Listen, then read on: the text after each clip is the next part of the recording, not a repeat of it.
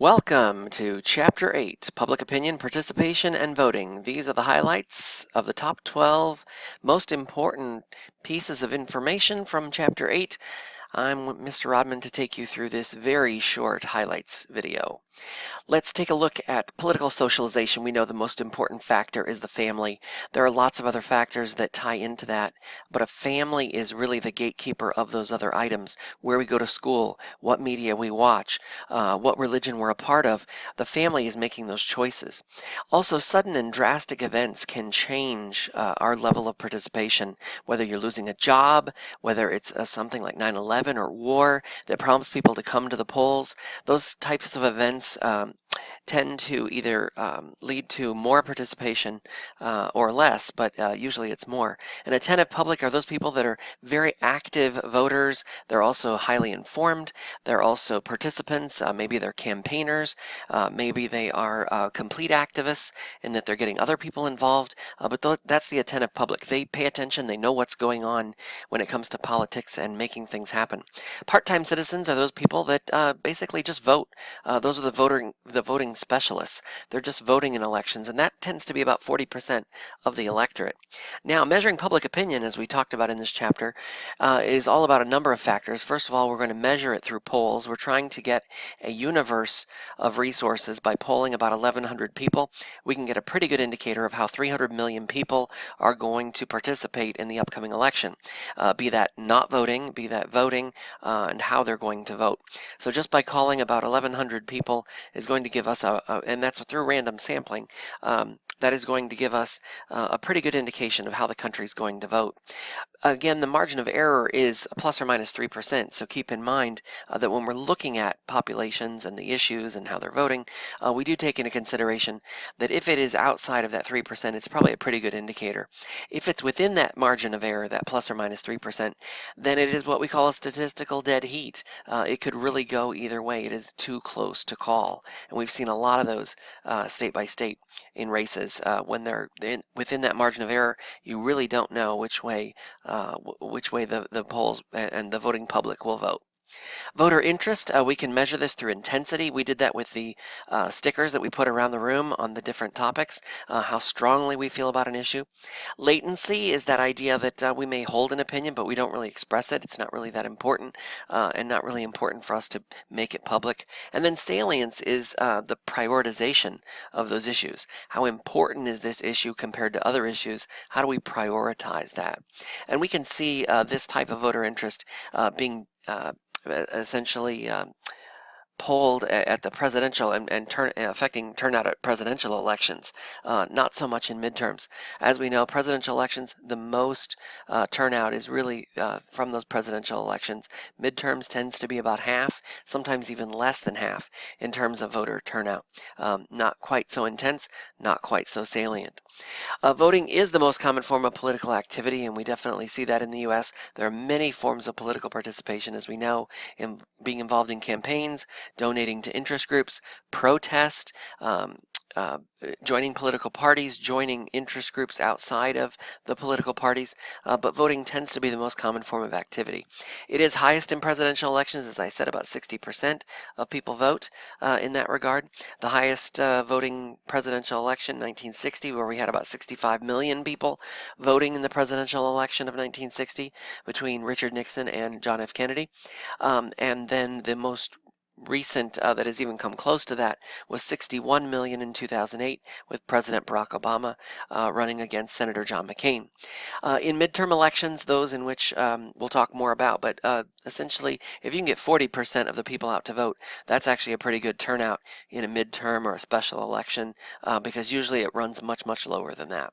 Elections are run by states. It is important to remember that while we hold a presidential election, it is state by state by state that determines how those elections are run, what voter registration laws are in place or not in place, as in the case of North Dakota, and also what are the requirements of voting, what are the identification requirements, what are other things, and again, the courts will step in to kind of regulate that based on when states get out of line with the 14th Amendment and the Equal Protection Clause. But the idea there is the elections are run primarily by states, and predominantly the states are making those determinations. nations. So we do hold more elections than any other country in terms of all of the different offices. Again, this is pluralism at work in terms of all the different offices that people are running for, from president right down to town clerk and other local jobs like the assessor or things like that. But the idea is people are overwhelmed by the number of offices that we are running for in the United States, which does make it more difficult to be an informed voter on all of those different levels of positions that people are running for. The 1993 Motor Voter Law did help to improve voter registration. We tend not to see voting going up, but in terms of voter registration, that is automatic in other countries. And in some states, they are changing this, but in terms of the level of voter registration. But for the most part, the idea there is that it does help to make it easier for people to register to vote. Elections, we talked about 60% of people voting in presidential elections. Most voters that are going to participate are going to do it there. The primaries are where general election candidates are chosen from each of the parties. And so those primary elections or the primary conventions that are held in states would determine who is going to be voting, who's going to be running in the general election, which would be the presidential election or the midterm election if it's not a presidential year. And the off-year or midterm general elections are really where we are the even years, not divisible by 4, and they are the ones in which members of Congress are running. Other state and local elections are taking place, but it is not a presidential election year. So 2018 would be an example of that, where in 2018 we will have an off-year or midterm general election.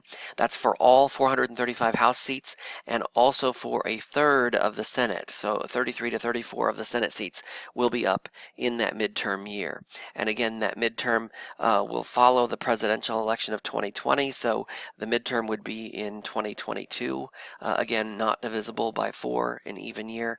And then special elections, you want to talk about turnout being really low. If we can get over 20% to show up for a special election, we're doing really well. And this is usually held when either a member of Congress either resigns or dies in office, or is forced to resign. And as a result, we hold a special election for that seat. And usually the governor of a state will determine how that special election is conducted, if that seat is filled until the special election, and kind of the parameters of how that's run. And again, that's different state by state, but we tend to see that governors take on that role. And then lastly, how do people vote? GOTV is the most important piece in order to motivate not just the party base, but really the swing voters. Remember, Downs' theory of rational choice is that parties, there are political party activists on the left and right, but it's really those people in the middle, the undecided voters, the moderate voters, the independent voters. They are swinging to the left and swinging to the right and determining the outcome of elections based on that. So getting out the vote is really important. People do vote party identification, but we tend to see more and more people as elections and time go on in that swing voter category, in the moderate or independent. So candidates need to appeal to those voters. They need to use issues that are going to appeal to those voters. They also need to find where they're going to agree with other candidates in order to provide valence issues to get people to cross over and vote for them as opposed to the candidate that may be of their party. And again, that's harder to do, but it's where we tend to see issues being relegated to get people to vote is on wedge issues, those that separate the candidates, motivate the voters to come out. You hear the presidential candidates talking about abortion as being a key issue, as immigration being a key issue, college loans being an issue, and those are wedge issues. The candidates are very different in terms of how they go about solving those problems, and those are what separate the candidates but motivate the voters to come out to vote. Prospective voting, what are you going to do for me? Retrospective voting, what have you done for me lately? And we always have the, well, I've got to wash the cat voter apathy model. We don't want people to stay home. We want them to get out and vote, but we know that many people will find any reason not to vote, including that hashtag don't wash the cat. Voter apathy, the most dangerous piece when it comes to elections, because we don't want people to stay home. We want them to go out and vote. Voter apathy, not a friend of elections. So which of the following is more likely to vote? Take a look at this. You can pause the video and then come back or advance to the next slide. And this will basically show you who is more likely to vote. Take a second.